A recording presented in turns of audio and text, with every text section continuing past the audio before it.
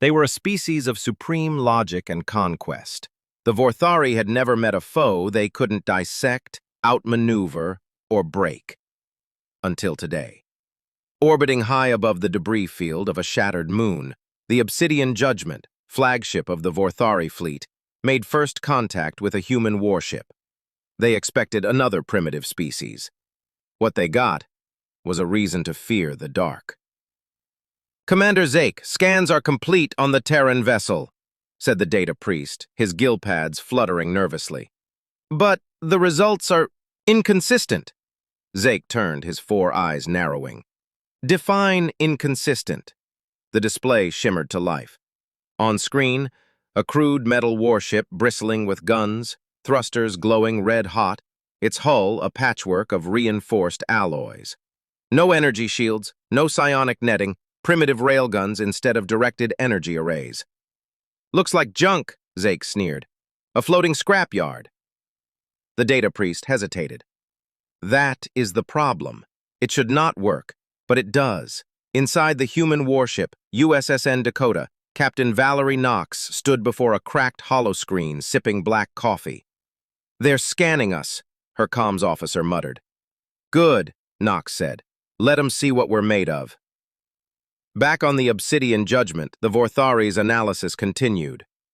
"They lack advanced biotech," the priest said, voice trembling now.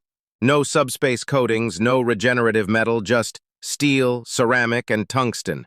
Crude, but every square inch is optimized to kill." Zake frowned. "That's impossible. They've sacrificed everything for firepower, redundancy, and armor.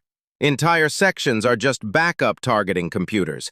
There are no comforts, no entertainment, no leisure space. Even their life support system is modular and expendable." Zake hissed. "A crew with no morale will break in days." The priest pulled up a thermal map. "There is no morale, only discipline, rage, and caffeine." "Run bioscans on the crew," Zake barked. "Find their weakness." What came back was unsettling. Human biology was inefficient by most standards. Organs packed in soft, exposed bodies. No natural armor, no claws. But then came the anomalies. High adrenaline thresholds, redundant organs, extreme neuroplasticity, the priest said. They can survive limb loss, blunt trauma, even oxygen deprivation. And, Zake looked over. They're not born warriors. They train for it, obsessively. They condition their young through games to simulate war. Entire cultures built around simulated combat, emotional stress testing, and loyalty rituals. Worse, some of the crew had deliberate neural implants, old, clunky, but incredibly effective. These people willingly insert metal into their bodies to make themselves better at killing, the priest whispered. Some even remove fear chemically through surgery or ritual. The final scan broke the priest's composure. The Vorthari gasped. "At that size? No intelligence control lattice?" The priest pointed to the chaotic web of redundant controls. "They don't trust AI.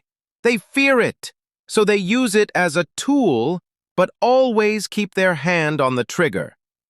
They built a war machine this large, and they fly it by hand." Zake stared at the screen in silence as it zoomed in on the captain's eyes. They burned not with desperation, but cold calculation. A single voice, cold and clear. "To the unidentified vessel scanning the USSN Dakota, you're about to learn something we learned centuries ago. Monsters don't scare us. We train in hell to protect what's ours. You came to observe? Fine. Just understand, we built this ship not to survive a war. We built it to win one." A silence followed, and then, one by one, every weapon system on the Dakota locked onto the Obsidian Judgment with mechanical precision. 1, 2, 50 railguns. Zake swallowed hard. They're bluffing, but the priest had already made up his mind. No, they're inviting us to test them. The bridge of the Obsidian Judgment went cold. Zake, once sure of Vorthari supremacy, turned to his crew. "Abort the engagement." "But now!" The data priest complied, hands shaking as he entered the retreat coordinates. As the stars warped around them, the last image their sensors recorded was a single human word, spray-painted on the side of the Dakota. Come and take it. Back aboard the Dakota, Captain Knox leaned back in her chair, sipping the last of her lukewarm coffee. Her comms officer looked over. They left. Knox didn't even smile. They always do.